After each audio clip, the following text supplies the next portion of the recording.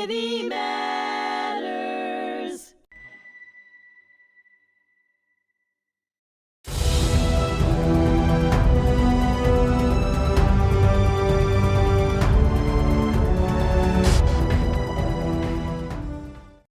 For hmTv, this is Alan Mindel with Influential Origins, and we do our second episode with a phenomenal guest. Anthony, tell us a little bit more now. We're going to talk about the modern world that we're living in today. And at this point, you're a fairly well-established MP in Canada, and Canada, like the United States, especially for its Jewish community, is going through an incredibly difficult time. Yeah, that's for sure. I think since October the 7th, you've had a wave of anti-Semitism that has swept the world. And it's not unique to Canada and the United States by any means. It's everywhere. Anybody who believes that somehow it's much, much worse where we are versus anywhere else doesn't know what's going on in the rest of the world. I think the difference is that there are three countries that I'm aware of, and there may be more, but I'm aware of three: the United States, Canada, and Australia, where the Jewish community just, I think, never thought that it was possible that in our countries where we've achieved so much success and we're so integrated and so, we thought well-established and anti-Semitism was so little that it would be possible to arrive at a point where anti-Semitism became something that was a worry in the vast majority of Jewish households again. Well, I think no one expected it, but if you went to a house in Germany, 80, 90 years ago, they would probably tell you the same thing. They couldn't imagine it. And I guess it's people that have lived through it and know that history of it that understand the dangers that are really coming through. Yeah. But after October 7th, which we have discussed, the worst loss of Jewish life since the Holocaust that has occurred, a pogrom without measure or comparison, where people were raped, tortured, kidnapped, and of course killed. None of us expected the reaction that the public took, but that didn't come overnight. What was happening in Canada in those years predating it? Did you see any signs that were leading us here? So there's always been, anti-Semitism has never completely gone away. Never. But it was really relegated to the far right and the far left. Yes. And anyone else in any type of situation publicly would never espouse an anti-Semitic view for fear of being trampled upon. Right. There's a concentric circle of anti-Semitism where the far left and the far right embrace similar type of conspiracy theories, and of course the far left. That's happening today too. Yeah. They're still both. It's the only thing that the far left and the far right agree on. Yeah. Is they disagree on everything, but they both agree it's always the fault of the Jews and they hate the Jews. Yeah. It's the one thing they know they agree on. Yeah, it's a different type of anti-Semitism generally. Although they blend into a concentric circle, where on the far right, it's a much more overt type of anti-Semitism where they will be proud to say that they don't like Jews. On the far left, a lot of times people would be shocked and appalled for anybody to claim that they don't like Jews because they blended into an anti-Israel, anti-Zionist, comment. So they might not be proud to say that they hate Jews, but they're really proud to say how much they hate Zionists. And hate Zionists. And ignore the fact that over 90% of Jews are Zionists and believe that Israel should exist. And as such, they hate 90% of the Jews in the world, thus making them quite anti-Semitic. If you deny the right of Israel to exist, if you deny the right of someone to be a Zionist, you are anti-Semitic. Right, because they also want to take words that they shouldn't necessarily be able to define, that we've defined because they've had an actual historic meaning for decades and hundreds of years, and they now tell us what Zionism means. Because we've known Zionism to be our right to self-determination, to live in our ancestral homeland, not at the exclusion of others, Exactly. but actually in a one Jewish nation amongst so many other nations that have an official religion, but as a democracy. And in fact, the only democracy in the Middle East that exists today, and that has been there since 1948. No other nation has achieved this to this day. But they define Zionism as how? Well, I mean, unfortunately, what ends up happening is Zionism is defined as some type of an appalling genocidal regime, Right. As opposed to simply saying that Israel has a right to exist as a democratic and Jewish state, and it's unfortunate. So you'd asked me about the origins. I had not, while you'd seen this anti-Zionism on the left and the anti-Semitism, from the shooter in Pittsburgh at the Tree of Life. at the Tree of Life Synagogue in Squirrel Hill. You've seen it at Charlottesville. You saw it on both sides, but again, you thought it was a relatively small minority of people. Although I do have to say that I do believe, as I said in 2017, that the president's words after Charlottesville emboldened people to be more overtly anti-Semitic when he said there were fine people on both sides. I think it was very unfortunate. It was definitely unfortunate. I just don't know if that has any relationship, and not that it's okay because it's horrible, and those people are now growing their story too. But the left side came from a whole different argument. I'm not talking. I'm going through the evolution. So again, at the Right. time, right, the anti-Semitism seemed to be more profound at the time because there was less going on in Israel, Right. less going on in the world related to Israel. It seemed to be more of a danger on the far right. And they were more emboldened to say things that they wouldn't otherwise have said. A wider group of people.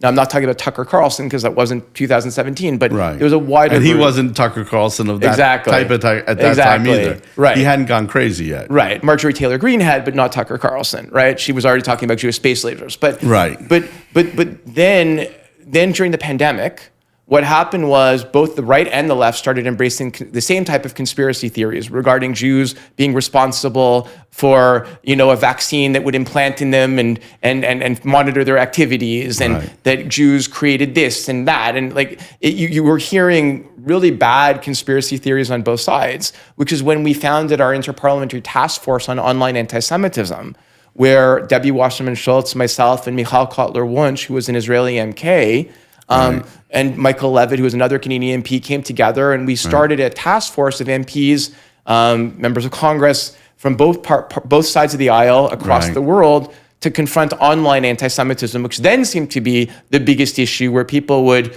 become indoctrinated online and exposed to hate online and then take it to the streets. And Right. But what were the stories about Israel that were propagated online? I mean, they've been saying it. You guys never had the Choices program there, but you had your universities are suffering similar fates for sure. I mean, I've been to McGill in the last year, and I've seen what they're screaming and doing to the Jewish students, and you wouldn't want your kid to be there. I have college-age kids, and it's an intolerable life that they're living under, whether they're here in Columbia or they're in Montreal at McGill. So did you find when you looked at it, did you guys see, saying that Israel ethnically cleansed people and it's an apartheid state? I mean, that has been a claim for some time, right? Mm-hmm. Without a single basis in fact.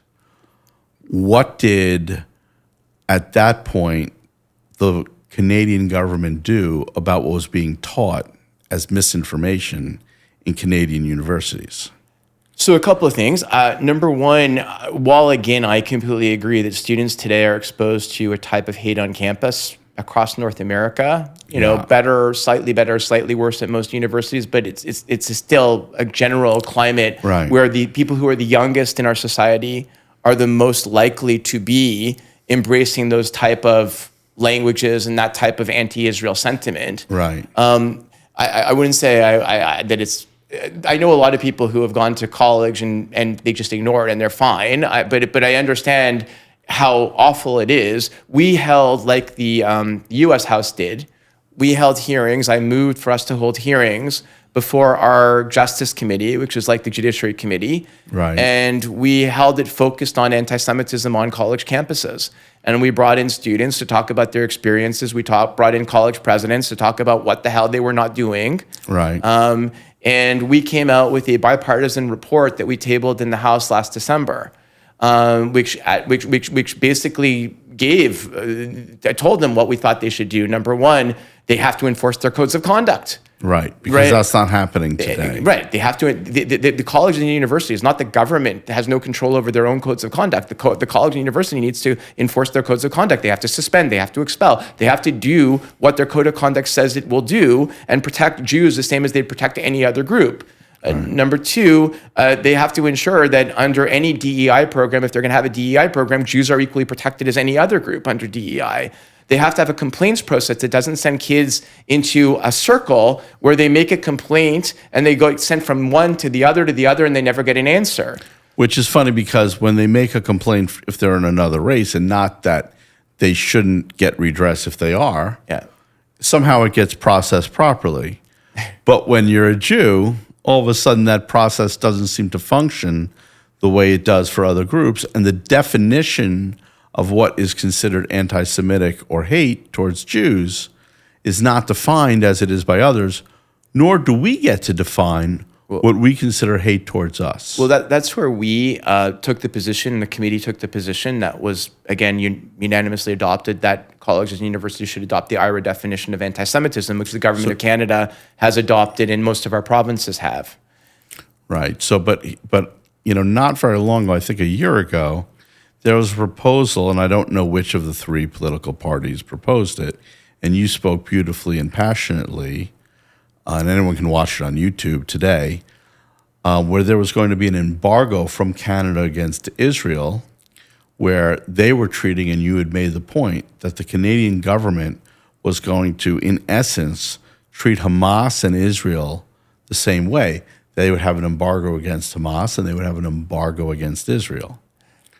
So just coming back to the education point, the issue in Canada is that education is provincial jurisdiction. It's entirely state. We don't have a federal Department of Education. We don't have any enforcement on universities.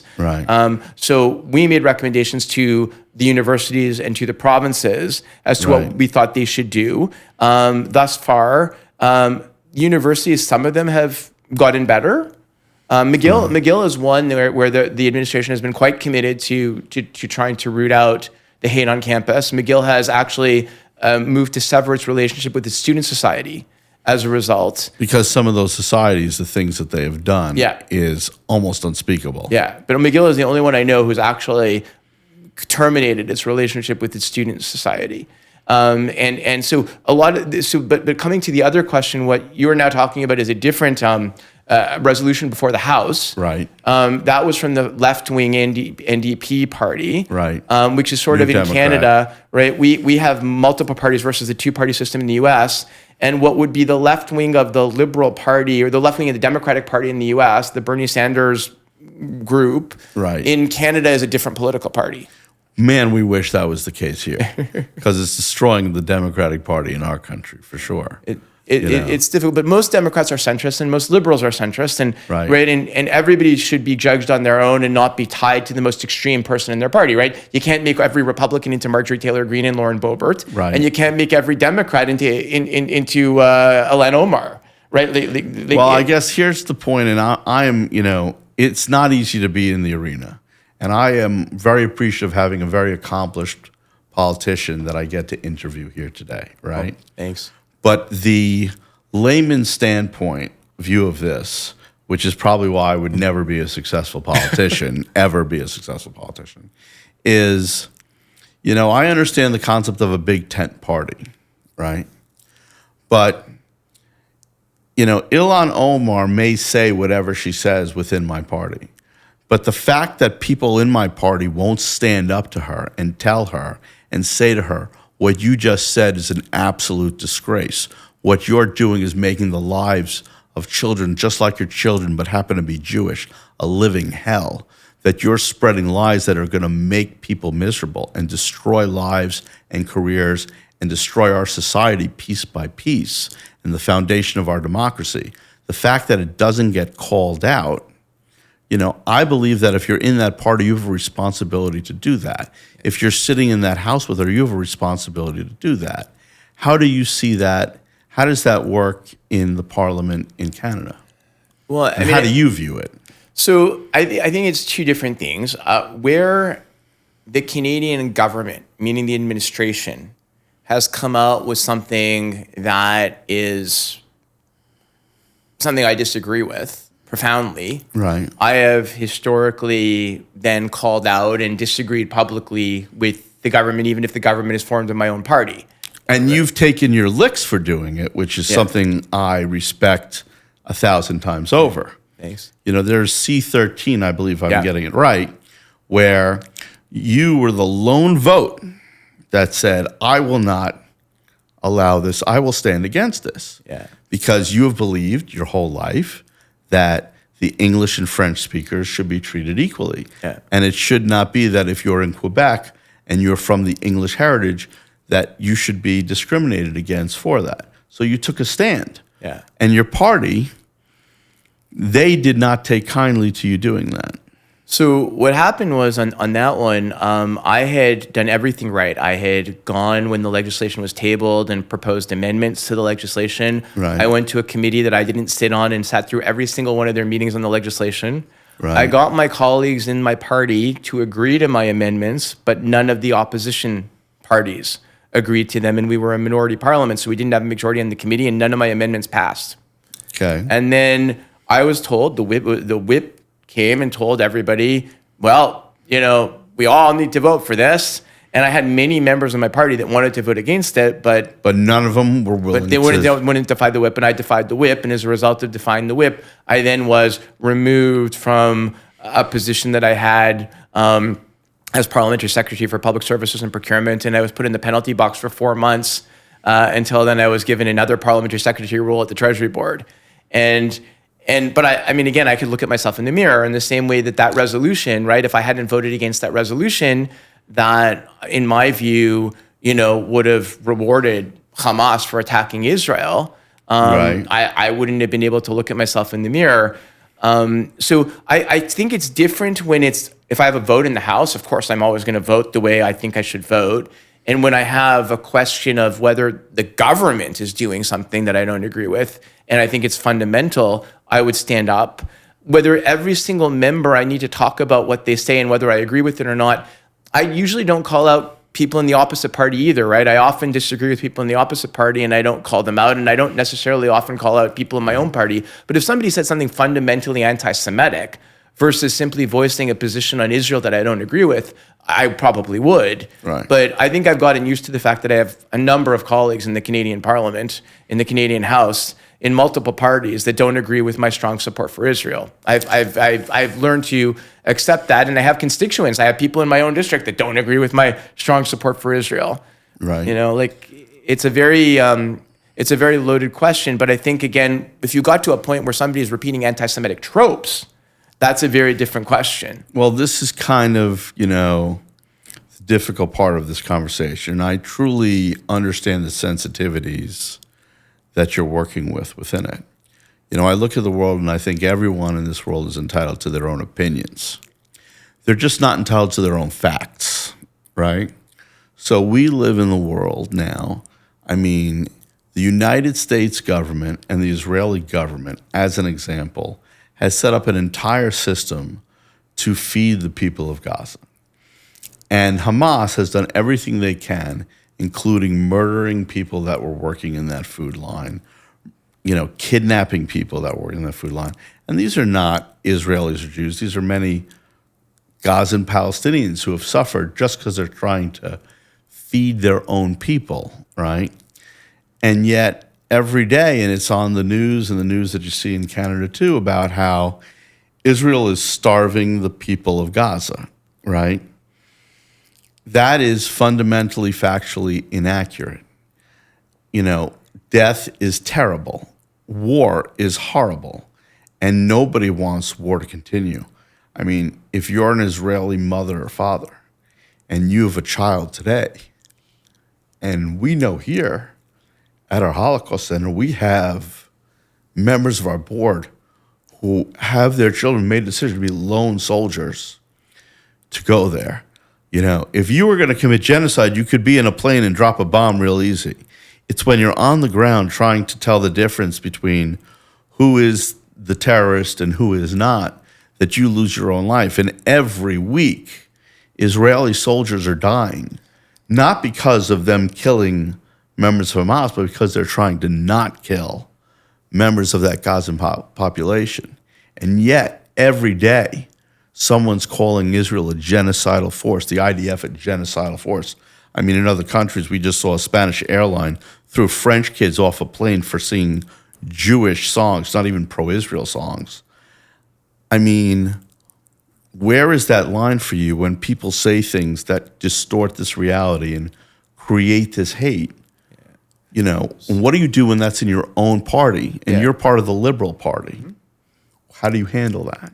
Well, so I believe first that the American Jewish community and the Canadian Jewish community absolutely need to have voices in both parties. I think we would be adrift as a community if we solely had people in one party or the other. We would be out of power every couple of years, and we would never be able to consistent influence. Correct. Yeah. So we need to have our space in these parties, and we need to make sure that those spaces are protected for young Jewish people who want to come into that whatever party they feel most comfortable in. They shouldn't be worried about their position on Israel or Jewish issues or whatever defines them and makes them uncomfortable and unwilling to be because part they're of the doing party. other things. You've accomplished in so many other areas. Like you said, you're part of the Treasury, emergency response. Are you not relevant or valid in those areas because you believe as a Jew you have a right to an ancestral homeland and to a right to repeat the actual facts of the world? Right. Or not. So basically what I try to make sure of is, like, for example, I'm very much immersed in that question of what happened to those kids on the Spanish airline. French kids being thrown off a plane. The airline came up with all kinds of reasons, which wasn't the reason that, about them shouting in Hebrew. Nothing to do with it. Yeah, I mean, I want to know the facts, but if the facts come out to be something unreasonable, right, which I assume they probably are in that case, but I'm waiting to walk, then one of the things that you might do is you might call the Spanish ambassador. For example, one of the things I've been thinking of doing is calling in the Irish ambassador and asking to speak to the Irish ambassador about what's happening in Ireland. But we have our own problems at home, where like I wouldn't tolerate somebody using the word genocide. I think that would be out of the bounds, but people expressing their concern about the humanitarian relief not getting to people in Gaza, I think, is a legitimate perspective. 100%. And there isn't a person alive, or there shouldn't be, that wants a child to suffer. Exactly. And I know I don't want that. I know you don't want that. Of course not. We may think that UNRWA is not a good agency. We may think that UNRWA is corrupt, or UNRWA has not been able to fill its mandate properly. But I think the main thing right now is you want to make sure that everybody gets fed there. And definitely you don't want to repeat things that are inaccurate, but I think that the problem for me is that too many people blame solely Israel. There's blame. Israel certainly has some blame in what's happening in Gaza, and so does, Hamas has complete blame, but the UN they control the population. But the UN agencies also have blame in the distribution of aid. And, there were members of UNRWA, right, who went into those kibbutzes that I know you visited. I did. Yeah, I went right after October 7th. We had a bipartisan delegation that went in November of 2023, and we saw the bodies that were in shock where they had fallen in the kibbutzes. And you saw when people were burned alive. Yeah, still smelled the smoke that was still in the air. You saw pictures of people where their hips were broken, their pelvises were smashed, because they were raped to death. You've seen that, right? Mm-hmm. And so when you're there, right, and now there's someone in your Liberal Party, and obviously you have the New Democrats is obviously they're our version of the Social Democrats, which, we're talking now in New York where there's a guy who's part of that party that could be mayor of this city, the largest Jewish population outside of Israel, right, that doesn't believe in police protecting us, right? And we see that as an existential threat. But what do you see in Canada? Because you're facing people sometimes that have those same views, and it has gone from the New Democrats in certain capacities to your own party. And I don't know if you want to talk about it, but you had your own question. I know you've talked about that we have to have a position in each party, but you considered, at least it was reported, of potentially not staying with that party with everything that was going on. Well, that was that. So when Justin Trudeau was prime minister more than a year ago, like in March of 2024, Right. That motion, right, where the government amended the motion to make it better, but still most Liberal MPs voted for the motion. I thought about whether or not I still had a place, but I quickly came to the conclusion that what we needed was a centrist Liberal party, and I was far better placed to remain in a party that I generally agreed with than to go to a party that I only agreed with on one or two issues. Right. And Mark Carney... You called for Trudeau, by the way, to leave, Yeah. right? I think you were part of one of the first ones that did so. I was one of the first ones that did that. And he did, when he essentially left, Mark Carney, who's come in to me, is very much a centrist. He is somebody who is politically pragmatic. He's a centrist.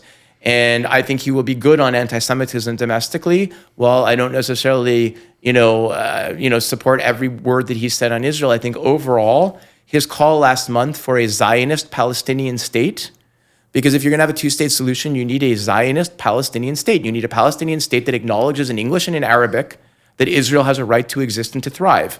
I thought that interview that he did with Christiane Amanpour was really good, and I've been really impressed generally with Carney. And I think he has a great sense of humor. I think he's really smart.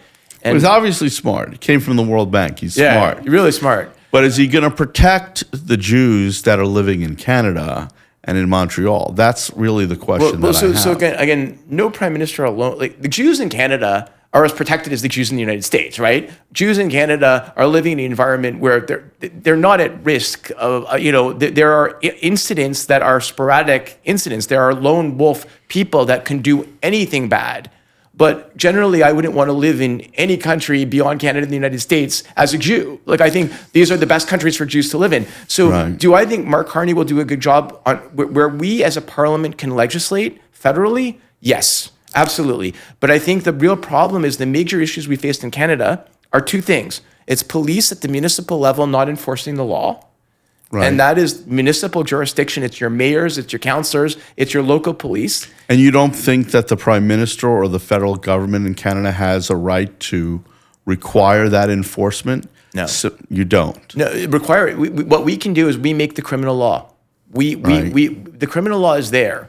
We don't hire and fire the municipal police that are of jurisdiction. For example, it would be like saying the president can control the NYPD. The president cannot control the NYPD. So this is an excellent point. You can give a moral statement, which we have given, saying that police should enforce the law.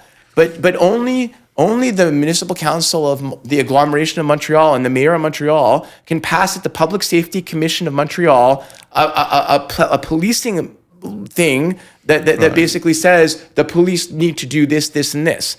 And so jurisdictionally, that's important. Again, universities in Canada, they're provincial, they're state, they're not federal. We had a whole federal committee, not any province, no province did it. The federal parliament did it because nobody was doing it, to tell them what we thought they should do. And they still haven't done it. But I guess, and here's how I need your help on the Canadian side of it. And there's a difference between us in America and in Canada in this sense. You're entirely correct, and obviously you're very familiar with New York. You spent a lot of time here. It's true. The NYPD and the mayor and everything about it, they control how they operate. But on the federal level, because of the civil rights issues we've had in this country, if the Justice Department sees, and we have a judiciary to oversee their stepping, whether they overstep or not their bounds, if the judiciary sees, if the Justice Department sees that one group is being targeted or not protected by its local municipal police, it can step in we don't have and make sure there's enforcement.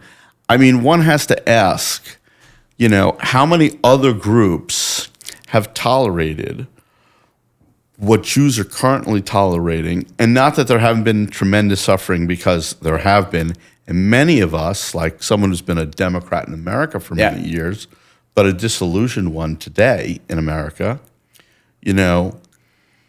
we know and we fought for the civil rights of so many other groups, and proudly. Yeah. And would do it a million times over because it was the right thing to do. But we cannot understand, where are our brothers and sisters? Where are they to protect us today?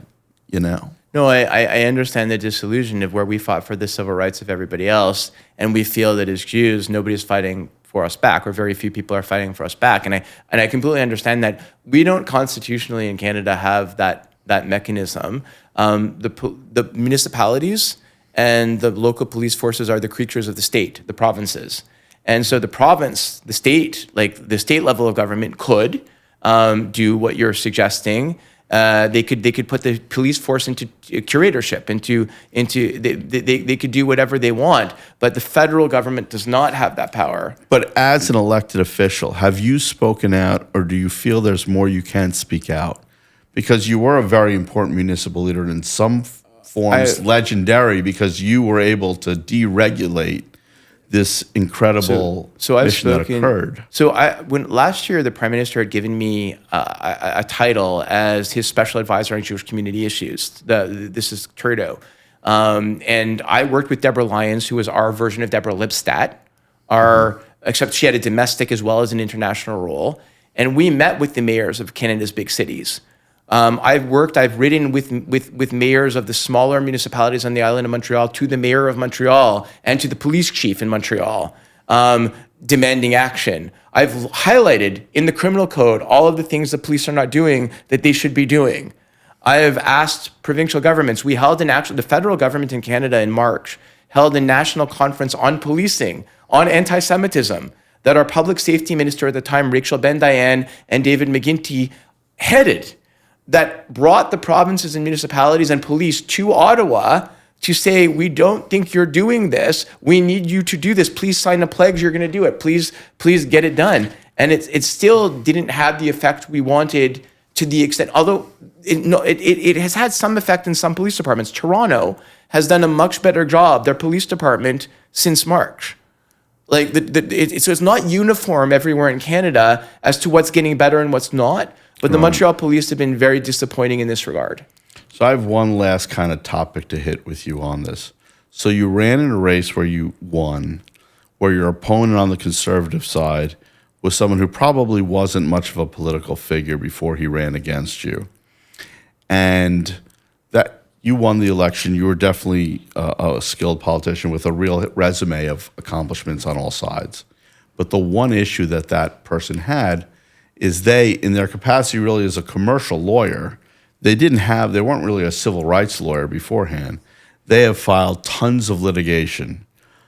And I frankly agree with the litigations that they filed to protect the rights of Jewish students on campuses.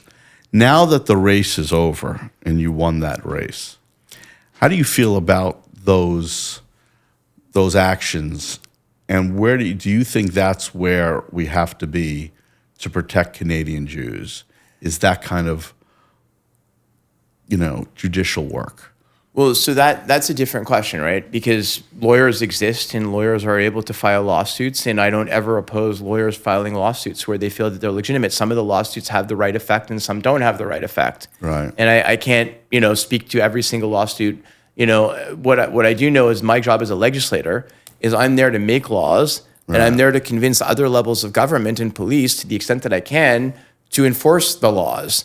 And to the extent we have control, then I have accountability. And to the extent I don't have control, I try my best to convince the players involved that they should do what they should do. The problem is, filing lawsuits is one thing. When you insult and attack the people that you want to help, right? Like for example, it's fine to sue the city of Montreal for enforcement. Right. When you issue all kinds of hate speech towards the mayor, like you tell the mayor of Montreal, she's horrible, she's this, she's that, like she's never going to work with you, right? You're never going to get there. That's because you don't, because that person doesn't know how to get through. Right. And what I guess going back to your question about Ilan Omar, I need to convince my colleagues and I need to convince people at other levels of government to do what I think is in the best interest of the Jewish community and all of the Canadian population, because I don't think they're different. I think they're the same. right? Law and order is the same for everybody. Right. And it needs to be. But if you don't have a relationship, right, the more you insult somebody, the more you attack them publicly, as opposed to privately talk to them and tell them how upset you are with what they did, you're never going to have that ability to get their votes. You're never going to have the ability to convince them on a public level. So I try my best to be civil and reasonable with everybody, and not to attack them personally. And I think too many people, are right now. Personal attacks are destroying everything. Yeah, exactly. And I think that's unfortunately where but my opponent. But it also is important to stand on your principles and to just say where you think the world is or what's right or wrong, without attacking that person. I completely agree, and that's what I always try to do. I always try to make my statement and say what I think without personally attacking or insulting others. And you've definitely proven you're willing to pay a political price to stand on your morals, which I can applaud 10 times over. Thank you. I appreciate it. Well, on that note, I want to thank you so much for being with us today. I appreciate your time and your integrity and honesty to go through it. It's an honor to be here. Thank you so much. Thank you.